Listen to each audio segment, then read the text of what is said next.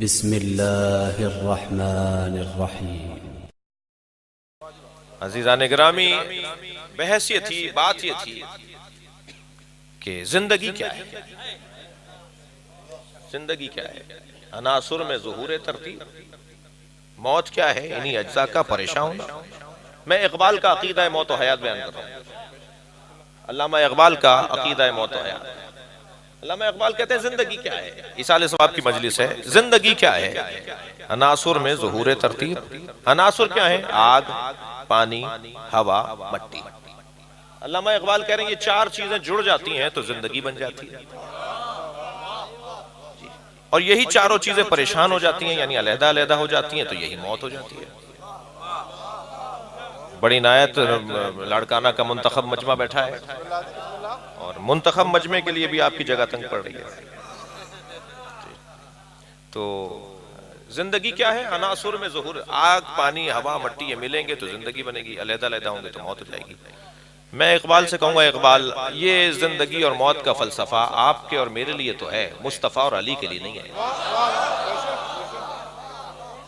اس لیے کہ میں جب بنا ہوں کہ جب آگ بن چکی تھی، مٹی بن چکی تھی، ہوا خلق ہو چکی تھی، جی پانی بن چکا تھا، تو یہ چاروں چیزیں میرے لیے تو زندگی ہیں، لیکن جو اس وقت بنے ہوں جب ہوا ہی نہیں بنی تھی، پانی ہی نہیں بنا تھا، آگ کا حرارت کا کوئی تصور ہی نہیں تھا، ایسا ہی ہے۔ تو اب جو ان چاروں چیزوں سے پہلے بنے ہوں ان کی زندگی ان سے نہیں بنے گی، اور نہ ہی ان کی علیحدگی سے ان کی موت ہوگی۔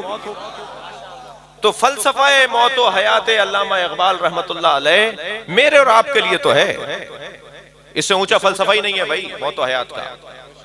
یعنی موت و حیات کا فلسفہ یہ ہے کہ آگ، پانی، ہوا، مٹی ملیں گے تو زندگی، بگڑیں گے تو موت۔ یہ اس وقت بنے ہیں کہ جب یہ چیزیں نہیں تھیں،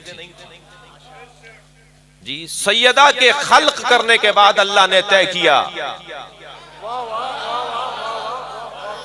اللہ اکبر، کہ اب کائنات بھی بنائی جائے۔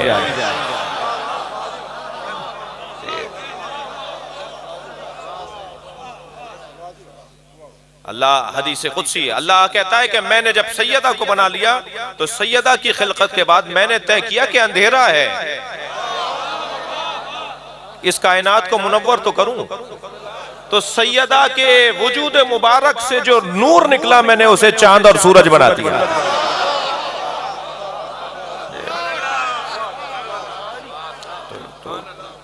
تو یہ ایسے بنی ہے بے دم، یہی تو پانچ ہیں مقصود کائنات، انہی پانچ کے صدقے میں پروردگار عالم نے ساری کائنات کو بنایا ہے۔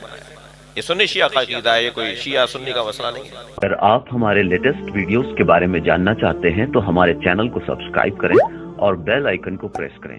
شکریہ۔